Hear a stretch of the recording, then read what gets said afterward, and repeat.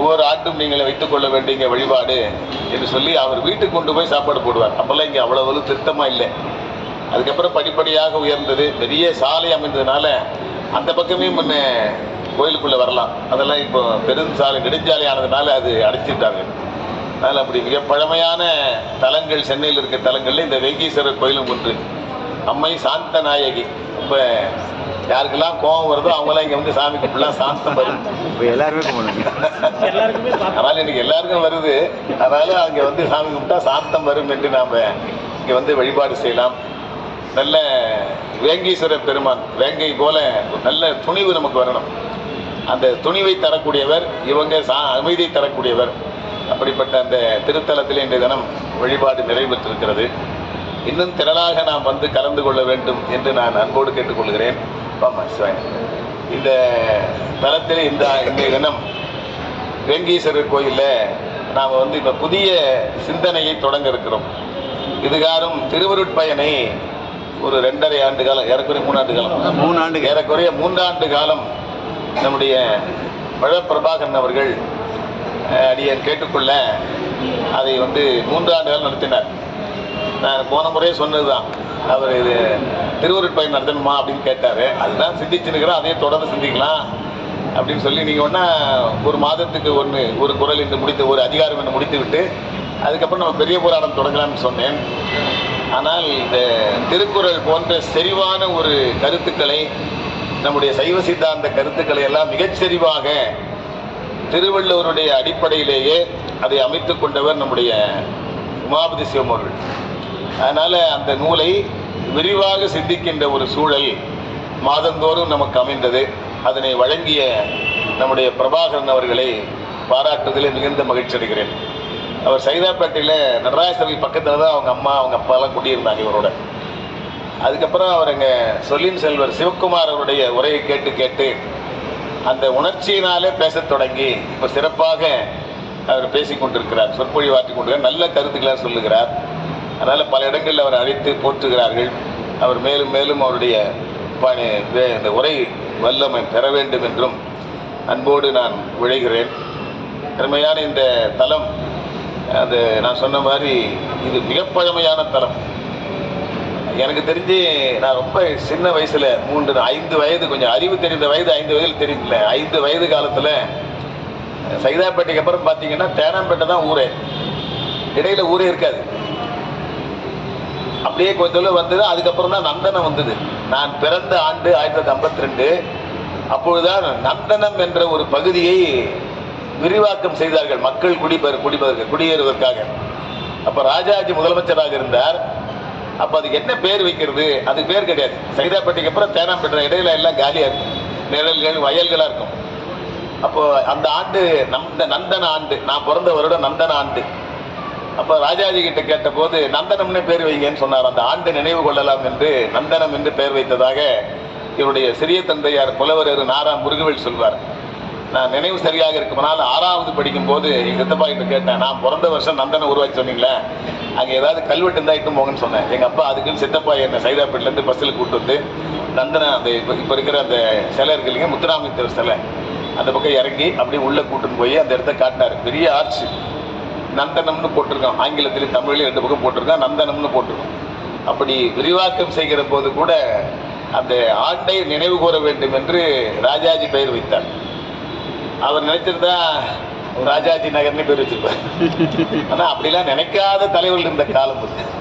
அதனால தன் பேரை வைக்காமல், தன்னுடைய அவர் மேலே இருந்த பெரிய தலைவர்கள் எல்லாம் நினைக்காமல் அந்த ஆண்டை நினைவு கூறுகிற வகையில் நந்தனம் என்று பெயர் வைத்தார்.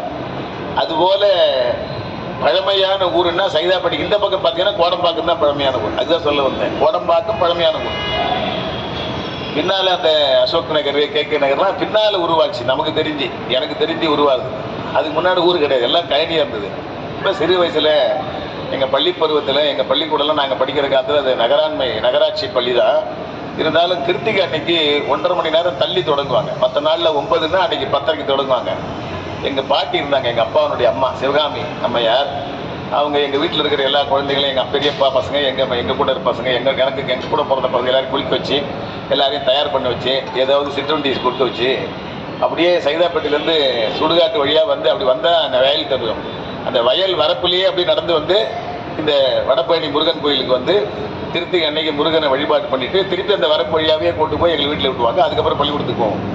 அப்படி வயல்களாக பார்த்த இடம் இப்பொழுது எல்லாம் காங்கிரீட் கட்டிடங்களாக மாறி போனது. அந்த பழமையெல்லாம் காணாமல் போச்சு. அந்த பழமை காணாமல் போகிறதுல ஏன்னா வளர்ச்சி வருகிற போது, மக்கள் தொகை பெறுகிற போது, பல மக்கள் இந்த பகுதிக்கு நோக்கி சென்னையை நோக்கி வருகிற போது விரிவாக்கப்படுவது தவிர்க்க முடியாத ஒன்றுதான். ஆனால் அதே நேரத்தில் அந்த நீர்நிலைகள் காப்பாற்றப்பட வேண்டும்.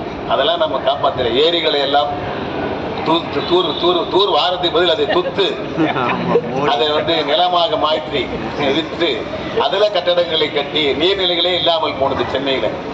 இப்போ எங்கேயோ சில ஏரி தான் இருக்குது சென்னையில். வேளச்சேரின்னு ஒரு ஏரி, மிகப்பெரிய ஏரி, இப்போ அது ரொம்ப குறைச்சலாக இருக்குது. இப்போ 8 ஏரி, அது ஒரு காலம் பார்த்த நாள்லேருந்து அப்படியே இருக்குது. இப்படி பல ஏரிகள் காணாமல் போய்விட்டன. இந்த இயற்கை வளங்களை எல்லாம் போற்ற வேண்டும் என்கிற உணர்வு நமக்கு இருக்க வேண்டும். நகரம் விரிவடைகிற போது நீர்நிலைகளை பாதுகாக்க வேண்டும். அப்படி நீர்நிலைகளை பாதுகாக்கிற போதே அது சார்ந்திருக்கிற தலங்களையும் கோவில்களையும் பாதுகாக்க வேண்டும். அந்த உணர்வோடு அந்த காலத்தில் இதை பாதுகாத்த காரணத்தான் இது நிற்குது. இல்லாட்டி சாலை நெடுஞ்சாலை விரிவாக்கம் பண்ணும்போது இங்கேயும் எதை இடிக்க ஆரம்பிச்சிருப்பாங்க. நல்ல காலம் வேங்கீஸ்வர பெருமான் அதை தடுத்து நிறுத்தி இருக்கிறார் என்பதை தெரிவித்துக் கொண்டு அருமையான இந்த தலத்தில் இதுகாரும் திருவருட் பயனை 3 ஆண்டு காலம் சிந்தித்த நாம் இனி பெரிய புராணத்தை சிந்தனை கால அளவில்லை. அது ஒரு குறிப்பிட்ட காலத்துக்குள்ள நீ ஒடித்துக் கொள்ள வேண்டும் என்று இல்லை. அது அதிகம் பாடலே மொத்தம் 4286 பாடல். அதனால நமக்கு வந்து மாதந்தோறும் வழிபாடு நடக்கும். நாம இல்லைன்னா நமக்கு பின்னாடி அப்படி தொடர்ந்து இது நடக்கணும். அதனால எங்க அப்பா காலத்து நடக்குது, இப்போ என் காலத்து நடக்குது, எனக்கு காலத்து பின்னாலே இந்த மாதிரி பிள்ளைகள் காலத்தில் நடக்கணும். அதனால இதுக்கு தொடர் சிந்தனையாக இந்த பெரிய புராணத்தை இப்போ வகுப்பு எடுக்கிற போது என்ன பண்ணுவோம், ஒரு குறிப்பிட்ட காலத்தில் வகுப்படுத்தணும். ஒரு நாளைக்கு ஒரு நாயன்மார், அது பெரிய அளவில் இப்போ இந்த நூல் அந்த பதிகங்கள் பாடல் இருக்குமானால் அது ஒரு 2 வாரம் ஒரு முறை 2 முறை அப்படி வைத்துக் கொள்ளலாம் இருக்கும். ஆனால் இப்போ நம்ம வந்து மாதந்தோறும் வழிபாடு நடத்த போகிற காரணத்தால் இதை கால எல்லை வைத்துக் கொள்ளாமல் அதை அப்படியே தொடர்ந்து சிந்தனையாக நமக்கு வாய்ப்பு நேருகிறது. என்ன இறைவன் உணர்த்துகிறாரோ அதை அவர் இங்கே நமக்கெல்லாம் எடுத்து சொல்வார். அதை நாம் கேட்டு ஒவ்வொரு மாதமும் வந்து அந்த பெரிய புராணத்தை கேட்டு பயன்படலாம் என்று தெரிவித்துக் கொண்டு, பெரிய புராணம் பற்றி நான் சில ஆண்டுகளுக்கு முன்னாலே ஒரு பெரிய புராண வகுப்பு நிறைவு விழாவுக்கு என்னை அழைத்திருந்தார்கள். அது வந்து குமாரபாளையத்தில் நடந்தது. அப்போ ஒரு குறிப்பு எடுத்துகிட்டு வந்து போய் அங்கே நான் சொன்னேன். அதை மாத்திரம் இங்கே நினைவுபடுத்தி நம்முடைய பிரபாகரன் அவர்கள் பெரிய புராண சிந்தனை இன்று துவக்க வேண்டும் என்று அன்போடு கேட்டுக்கொள்கிறேன். தூக்கு சேதிரு தொண்ட தொகை விரிவாக்கினா சொல்ல வல்லகிறான் எங்கள் பாக்கிய பயனா பதிக்குண்டை வாழ் செக்கிழாரடி சென்னி இருத்துவாம். எந்த நூலை நாம் படிக்கிறோமோ அந்த நூலாசிரியரை முதல்ல வணங்க வேண்டும் என்பது நம்முடைய மரபு. இந்த குருநாதர் எந்த நூலை படித்தாலும் முதல்ல அந்த ஆசிரியரை பற்றி படிப்பார். அதற்கு முன்னதாக தன்னுடைய குருநாதரை நினைந்து படிப்பார். ஒரே ஒரு தகவல் மட்டும் செய்தி சொல்றேன். அவர் எவ்வளவு குருநாதர் மேல அன்புடையவராக இருந்தார்.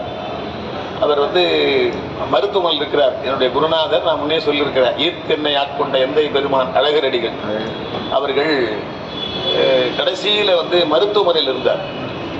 அப்போ எங்கள் அம்மா வந்து அவர் கூட தங்கியிருந்தாங்க. ஏன்னா உதவிக்கு வேணுமே எங்கள் அம்மா மருத்துவமனையை தங்கியிருந்தாங்க. அப்பாவும் நானும் வீட்டுக்கு வந்து சாப்பாடு எடுத்து போகிறது, அவருக்கு வேண்டிய பொருளை வாங்கி வந்து மாறி மாறி போயிட்டு வந்துடணும். என் பொண்ணு அப்போ ஒரு வயசு தான் இருக்கும் அவளுக்கு. அவன் அம்மா கூட தங்கியிருந்தா. எங்கள் அம்மா கூட அடிகளாருடைய இந்த தொப்பை மேலே உட்கார வச்சுக்கினே அவர் அதுக்கிட்ட விளையாடிட்டு இருப்பார் கொஞ்சம் நேரம். அது குழந்தை விளையாடும் போது அது மேலே உட்கார வச்சு அந்த படுக்கையிலே விளையாடி கொண்டிருப்பார். அப்படி இந்த காலம் அவர் வந்து ஒரு நாள் பட்டு நின்ற போது தலகாணி வந்து கொஞ்சம் சமமாக இல்லாமல் ஒரு பக்கம் தூக்கி இருந்தது. நான் தலகாணி சரியாக இருக்கியே சரியா இல்லைன்னு சொல்லிட்டு அவர்கிட்ட கேட்கல. நேராக போய் அந்த தலகாணி இருந்ததா இந்த தூக்கி அங்கே உள்ளுக்கிற புத்தகத்தை எடுத்து சமப்படுத்தினேன். அது வைங்க அப்படின்ட்டாரு. அது என்னன்னு பார்த்தா மறைமலடிகள் எழுதின ஒரு நூல். அதை அப்படி அடியில் வச்சிருந்தார். நான் கேட்டேன், ஏன் இப்போவா படிக்க போறீங்க, எதுக்கு அதை வச்சுக்கிறீங்க கேட்டா சொன்னாரு, குருநாதருடைய புத்தகத்தை நம்ம தலைக்கு பக்கத்தில் வச்சிங்கன்னா குருநாதரே நமக்கு துணையாக இருக்கிறார் என்ற உணர்வு எப்போது நமக்கு இருக்கும். அதனால அந்த தலையணைக்கு கீழே அதை எப்போ வச்சிருக்கிறேன். படிக்கணும் படிக்கலையோ முடிஞ்ச போது படிப்பேன், முடியலன்னா அப்படி இருந்தால் அவர் துணையாக இருக்கிறார், எப்பொழுதும் தோன்றா துணையாக இருந்து என்னை ஆட்படுத்துகிறார் என்று நான் எண்ணுவேன். அதனால் அப்படியே இருக்கட்டும் என்று சொல்லி அதை எனக்கு அறிவுறுத்தினார். அப்படி ஒரு மிகப்பெரிய அருளராக விளங்கியவர் அவர். அவர் முதல்ல குருநாதரை வணங்கணும், அதுக்கப்புறம் நூலாசிரியரை வணங்கணும். அதுக்கு தான் நூலாசிரியரை பற்றி எல்லாம் பாட்டெல்லாம் எழுதினாங்க. இதில் அருமையான இந்த பாடல், தூக்கு செய்திரு தொண்டர் தொகை விரி வாக்கினா சொல்ல வல்லபிரான் எங்கள் வாக்கிய பயனா பதிக்குன்றை வாழ் செக்கிழானடி சென்னி இருத்துவான். நம்ம சென்னைக்கு அருகில் இருக்கிறது குன்றத்தூர். அதனால் வாய்ப்பு நேருகிற போதெல்லாம் குன்றத்தூர் போய் சாமி சேக்கிழாருடைய தலம் இருக்குது, அவர் வாழ்ந்த வீடு கோயிலாக அமைக்கப்பட்டிருக்கிறது, அங்கே சென்று வழிபாடு செய்ய வேண்டும். அதுக்கு பெரிய புராணம் என்று இதுக்கு பெயர் வைத்தார்கள். அதுக்கு முன்னால் அதுக்கு தொண்டர் புராணம்னு பேர், திருத்தொண்டர் புராணம். அப்புறம் பெரிய புராணம், அளவில் பெருசாக பெரிய புராணம் என்று வைத்தாக சொல்வார்கள். ஆனாலும் அவர் சொன்ன பெயர்லேயே தொண்டர் புராணம் இருக்கிறது, இங்கேயும் புராணம் பெரிய புராணம் இருக்கிறது. இந்த புராணம் என்றால் புராதனம் என்ற சொல்லின் மருவுதான் புராதனம். புராதனத்தை சொல் அது அப்படியே புராணம்னு ஆயிடுது. புராதனம் புராணம்னு ஆயிடுது. பூரணன் என்றால் முழுமையானவன் என்று பொருள். நிறைவானவன் ஆகிய இறைவனுடைய அம்மையோடு விடையின் மேல் எழுந்தருளி அருள் அடியார்களுக்கு அருள் செய்த வரலாற்றை கூறுவதனால் பெரியவர்களுடைய புராணம் பெரிய புராணம் என்று பெயர் வந்ததாக சில சான்றோர்கள் நமக்கு சொல்லியிருக்கிறார். இதை இதிகாசம் என்று சொல்வார்கள். நமக்கெல்லாம் இதிகாசம் எதுன்னு கேட்டால் தெரியுமா? இருக்காது ராமாயணம் மகாபாரதம் அப்படிதான் நம்ம சொல்லுவோம். யாரு கேட்டாலும் இதிகாசம் எதுங்க, நம்ம நாட்டு இதிகாசம் எது? ராமாயணம் மகாபாரதம். ஆனால் நம்ம குருநாதர்கள்லாம் சொல்லியிருக்காங்க, இதிகாசம் என்பது அது அல்ல, அது வடநாட்டுக்குரியது. நம்ம அதை மறுக்கல, வடநாட்டுக்குரியது, உயர்த்த நூல். ஆனால் நமக்கு இதிகாசம் எதுன்னா பெரிய புராணம் தான் நமக்கு இதிகாசம். நமக்கு தேசிய நூல் எதுன்னா உலக பொதுமறையாக திருக்குறளை போல சமய உலகத்துக்கு தேசிய நூல் எதுன்னா பெரிய புராணம் தான் தேசிய நூல். இதெல்லாம் நம்ம நினைக்கிறதே இல்லை முதல்ல. அதனால இனிமேல் உங்களுக்கு இதிகாசம் எதுன்னு கேட்டால் முதல்ல பெரிய புராணம் சொல்லுகிற துணிவு நமக்கு வர வேண்டும். அப்படி இதிகாசம் என்னால் இதி இக ஆசம் என்ற 3 சொற்களின் கூட்டு தான் இந்த இதிகாசம் என்பது. இதி இக ஆசம். இதுன்னா இதுன்னு அர்த்தம். அப்புறம் இகன்னா இப்படி, ஆசம் நிகழ்ந்தது, இது இப்படி நிகழ்ந்தது. அப்ப பெரிய புராணம் எது, இதிகாசம் ஏன் சொல்றோம்னா அப்படி நிகழ்ந்ததை சொல்லுகிறோம். எத்தனையோ புராணங்கள் இருக்கின்ற, நிறைய புராணம் இருக்கிறது, 18 புராணங்கள் என்று சொல்லுவார்கள். அப்புறம் தல புராணங்கள் ஏராளமா இருக்கிறது. மீனாட்சி சுந்தரம் பிள்ளை பல தல புராணங்களை பாடி இருக்கிறார். அப்படி அந்த புராணங்கள் எல்லாம் ரொம்ப நிறைய இருக்குது. அதெல்லாம் அந்த நூலாசிரியருடைய கற்பனை வளத்தினால உருவாக்கப்பட்டது.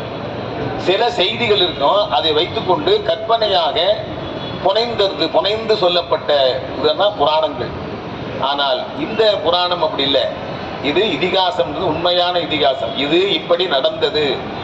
ஞானசம்பந்த பெருமாள் வர்றாருன்னா அவர் அவங்க அப்பா அம்மா பகவதியார் இவங்க வேண்டிக்கொள்ள, பெருமானத்தில் வேண்டிக்கொள்ள, சைவத்தை மலூரச் செய்வதற்காக இறைவனை வேண்டிக்கொள்ள அந்த குழந்தை பிறந்தது. அதுக்கப்புறம் அதை அழுதது, இறைவன் பால் கொடுத்தார். அதெல்லாம் இடம் இருக்குது, இன்னைக்கும் பார்க்கலாம். நாங்கள் இந்த 61 நாயன்மார் தலங்களுக்கெல்லாம் போனோம். அறிவாட்டா நாயனார் தலம் போனோம். அறிவாட்டா நாயனார் தலம் போனோம். கொஞ்சம் அறிவாட்டா தலம் வந்தோம். தலம் வந்த போது முதல்ல ஒரு இடம் பார்த்துட்டு அப்புறம் உள்ள நடந்து போய் கொஞ்சம் தூரம் போய் உள்ள அந்த இடம், கோயில் இருக்கிற இடம் பார்க்கணும். அறிவாட்டா நாயனார் சிலையெல்லாம் வச்சிருக்கிறார். அந்த இடம் எந்த இடம் தெரியும்னா, அவர் ரொம்ப முதுமை, தனக்கே உணவில்லை, ஆனால் சாமிக்கு செந்நெல்லும் எடுத்துன்னு போறார், மாவடு எடுத்துன்னு போறார்.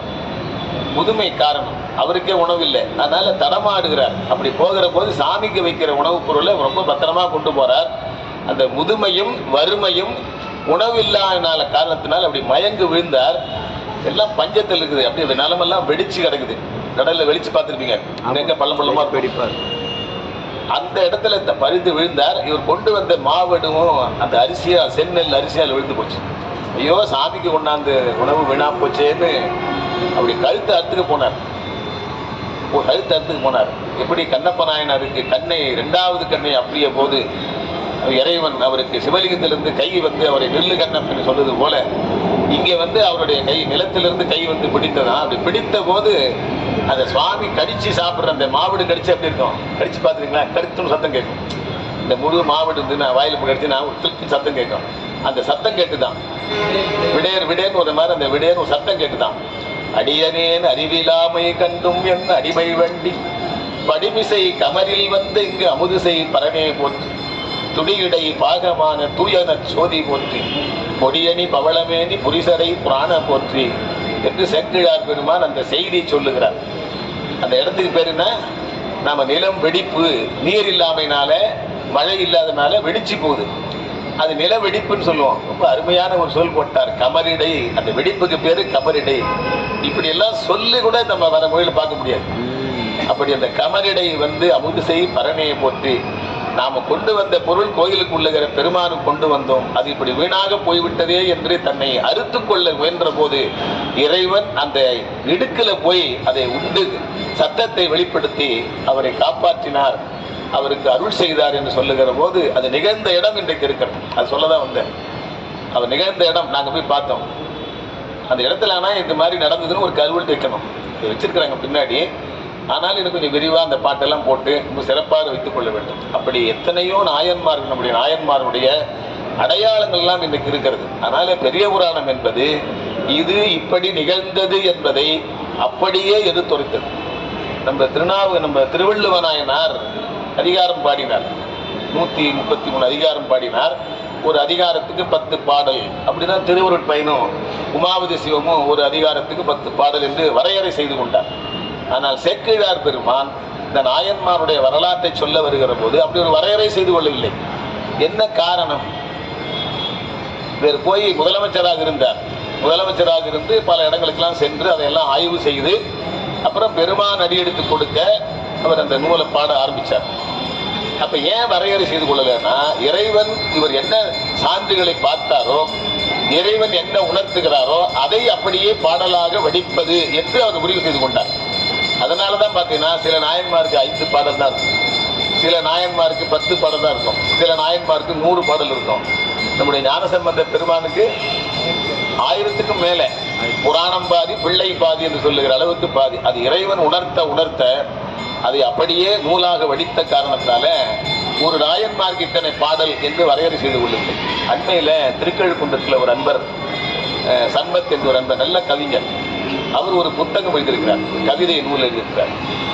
நாயன்மார்களின் அருட்செயல்கள் அப்படின்னு போட்டு ஒரு நாயன்மாருக்கு 12 பாட்டு, 4 நாயன்மார், ஞானசம்பந்தர், நாவுக்கரசர், சுந்தரர், மாணிக்கவாசகர், 4 பேருக்கு 48 பாட்டு எழுதியிருக்கிறார். அப்படி ஒரு வரையறை செய்து கொண்டார். ஏன்னா ரொம்ப பெருசா போன முடியாது, அச்சிட முடியாதுன்னு வருது. ஒரு நாயன்மார், ஒரு சமயாசிரியர் ஞானசம்பந்தர்னா அவருடைய வாழ்க்கையில் இருக்கிற அதிசயங்களை, அற்புதங்களை அப்படியே சொல்ற மாதிரி ஒரு 12 பாடல். நான் அடுத்த முறை இன்னைக்கு திருமணத்துக்கு கொடுத்தாலும் கொண்டு வரல, அடுத்த முறை அந்த புத்தகத்தை எல்லாரும் கொடுக்குறேன். அதை வந்து வரையறை செய்து கொண்டு பாடினார். ஆனா இப்படி ஒரு ஏன் வரையறை செய்து கொள்ளனா, இறைவன் என்ன உணர்த்துகிறாரோ தான் சென்று பார்த்தது மட்டுமல்லாமல் இறைவன் உணர்த்துகின்ற வகையில அதை பாட வேண்டும் என்று கருதி கொண்டுதான் வரையறை செய்யாமல் அப்படியே பாடிக்கொண்டிருந்தார். அதனால இது இப்படி நிகழ்ந்தது என்பதற்கு மிக ஒரு எடுத்துக்காட்டாக உள்ளது நம்முடைய பெரிய புராணம் ஒன்றுதான். பல அடியாருடைய வரலாற்றை நிகழ்ந்ததை பொதுவாக சொல்வார்கள். பெரிய புராணத்தை காப்பியம் என்றும் கூறுவர். அதற்கு உண்டான அத்தனை கூறுகளும் அதில் இருக்கிறது. அதனால தமிழ்நாட்டினுடைய காப்பியம், தமிழ்நாட்டினுடைய இதிகாசம் என்று சொன்னால் அது பெரிய புராணம் தான் என்பதை நாம் உணர்ந்து கொள்ள வேண்டும். தமிழ்நாட்டில் எத்தனையோ புராணங்கள் இருந்தாலும் முக்கியமான 3 புராணங்கள் இருக்கிறது. எல்லாருக்கும் தெரிந்ததுதான். கந்த புராணம், திருவிளையாடல் புராணம், பெரிய புராணம். இது நம்முடைய ஆசிரியர், நம்முடைய சான்றோர் பெருமக்கள் மறைமலடிகளில் எண்ணுகிறேன், அவர் இந்த 3ம் சிவபெருமானுடைய 3 கண்களாக கொள்ளத்தக்கது என்று சொல்லியிருக்கிறார். முக்கண், அவருடையதான முக்கண். எல்லாருக்கும் 2 கண்ணு தான். சில பேர் வினை வைத்தனால 1 கண் இருக்கும். ஆனா 2 கண் எல்லாருக்கும் பெரும்பாலும் உண்டு. அதுல இறைவனுக்கு மட்டும்தான் முக்கண். அந்த 3 கண் போன்றது இந்த 3 புராணங்களும். அந்த 3 புராணங்கள் தான் நமக்கு ரொம்ப சிறப்பு வாய்ந்தது என்பதை மறைமலடிகள் போற்றியிருக்கிறார். அவர் நூல்கள் அதெல்லாம் சொல்லியிருக்கிறார். ஏனை புராணங்களை விட இந்த 3 புராணங்கள் மிகவும் சிறந்தது. அதுல கந்த புராணம் என்பது நெற்றிக்கண், அதுல தான் பொறி வந்தது. அதுல இருந்தால் பொறி பொறியா வந்து 6 முகங்கள் தோன்றியது. இறைவனுக்கு இயல்பாக 5 முகங்கள், ஈசானம், தத்புருடம், அகோரம், வாமதேவம், சத்யோஜாதம் என்று 5 முகங்கள். அது சதாசிவ மூர்த்தி சொல்வார்கள். எப்போதாவது ஒரு முகம் வெளிப்படும், அது அதோ முகம் என்று பெயர். அப்படி 6 முகங்கள் வெளிப்பட்டு அந்த 6 முகங்களிலும் 6 பொறிகள் வந்து அதுதான் அறுமுக பரமனாக முருகப்பெருமானாக சரவண பொய்யில் வந்தது.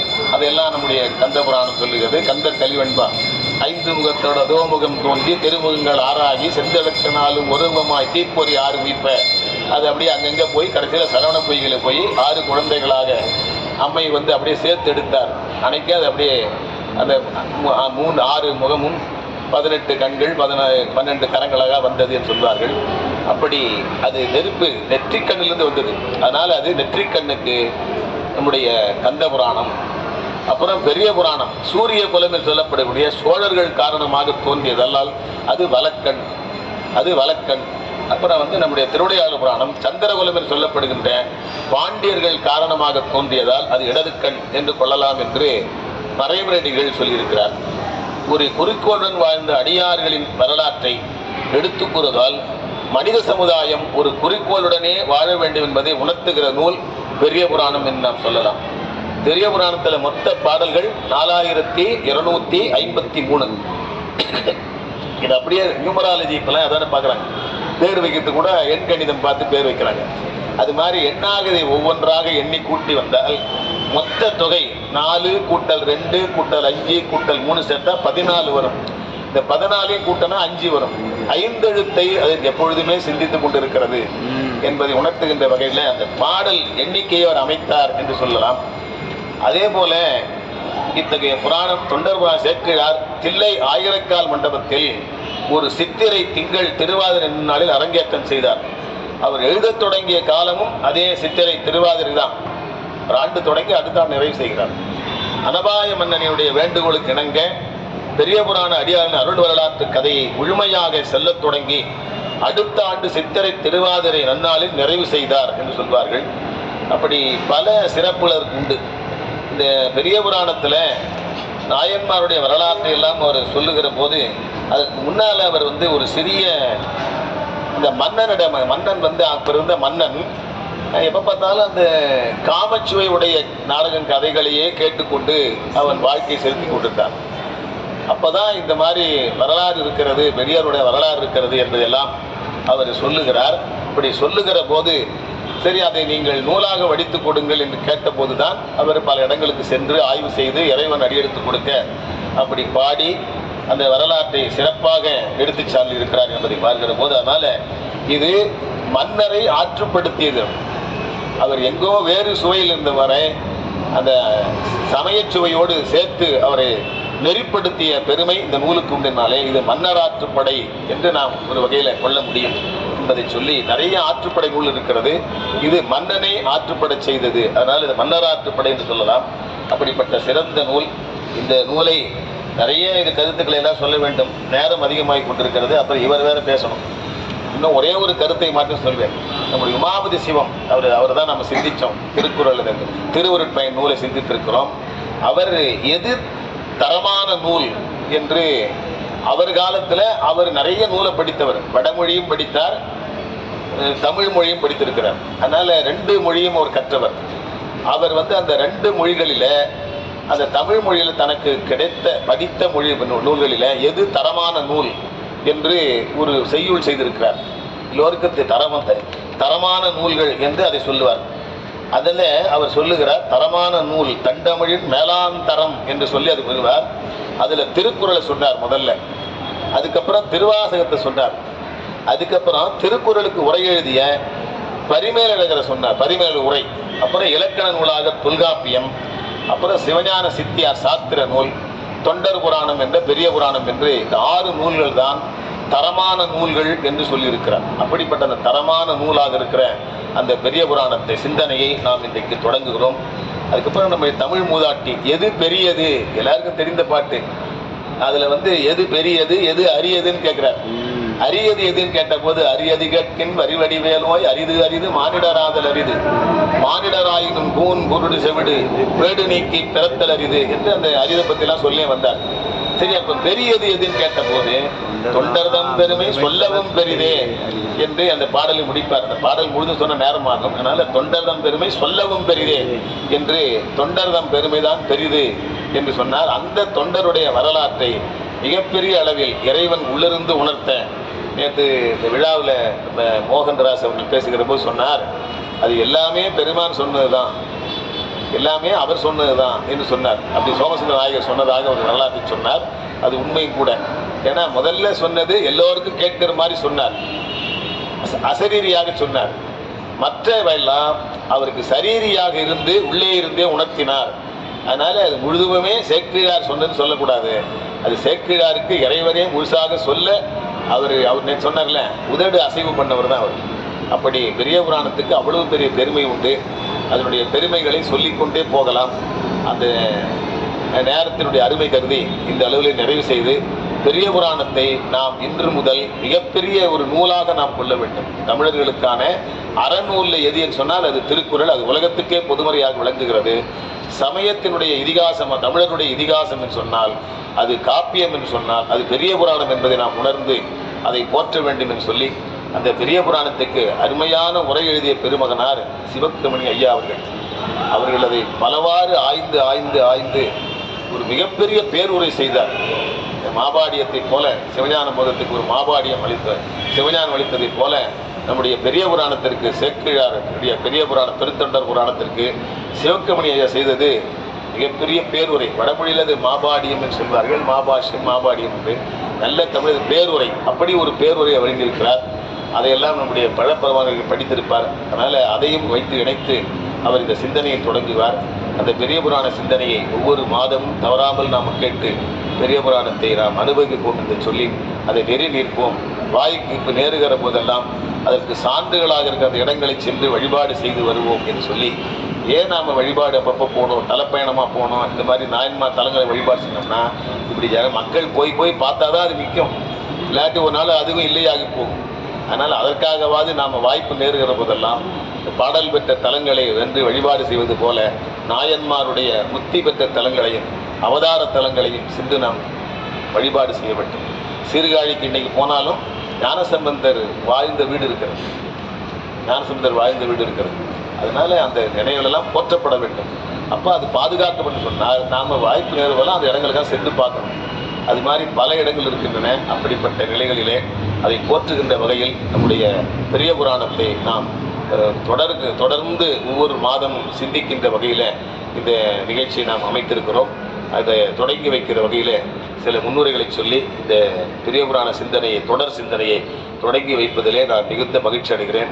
நீங்கள் ஒவ்வொரு மாதமும் இன்னும் திரளாக இந்த வழிபாட்டில் வந்து கலந்து கொண்டு இந்த சிந்தனையை தொடர்ந்து கேட்டு அருள் நலங்களை பெற வேண்டும் என்று எல்லோரையும் கேட்டுக்கொண்டு அனைவருக்கும் என்னுடைய வாழ்த்தையும் பாராட்டையும் சொல்லி இந்த அருமையான இந்த சிந்தனையை தொடங்க இருக்கிற நம்முடைய பழப்பிரபாகரன் அவர்களுக்கு நம்ம அனைவர் சார்பிலும் நெஞ்சார்ந்த வாழ்த்தையும் பாராட்டையும் சொல்லி இந்த மலர் மாலை அணிவித்து அவரை வாழ்த்துவதிலே மிகுந்த மகிழ்ச்சி அடைகிறேன். இப்பொழுது பெரிய புராண சிந்தனை தொடங்குகிறது. திருச்சிற்றம்பலம். தென்னாடுடைய சிவனே போற்றி, எந்நாட்டவர்க்கும் ஏகம்பத்துரை எந்தாய்